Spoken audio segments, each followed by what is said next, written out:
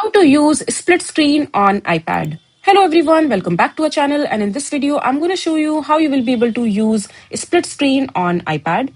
So first of all, just simply open the settings in your iPad, and after that just simply scroll down at the left hand side menu, and you will be able to see the option called multitasking and gesture. So after the iOS 26 update, the iPad has been updated to these particular settings in multitasking and gesturing. So you have the option which says full screen app, in which you can always use apps full screen and skip home to switch between them.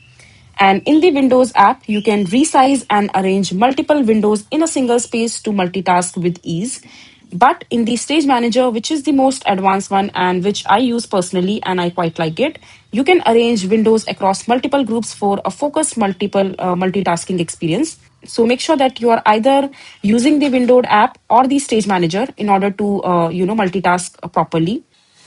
And now just select the application that you would want to use in a split screen. So for example, I want to use this particular app right here, and you can adjust the size of this particular app while pinching the screen of this particular application in the screen in your iPad using your fingers.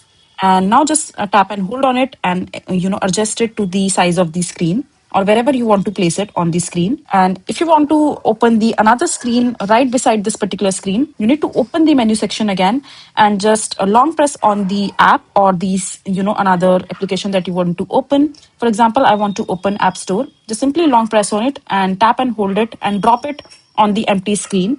And now just adjust the size of this particular app again like this, and just adjust it at the other side of the screen.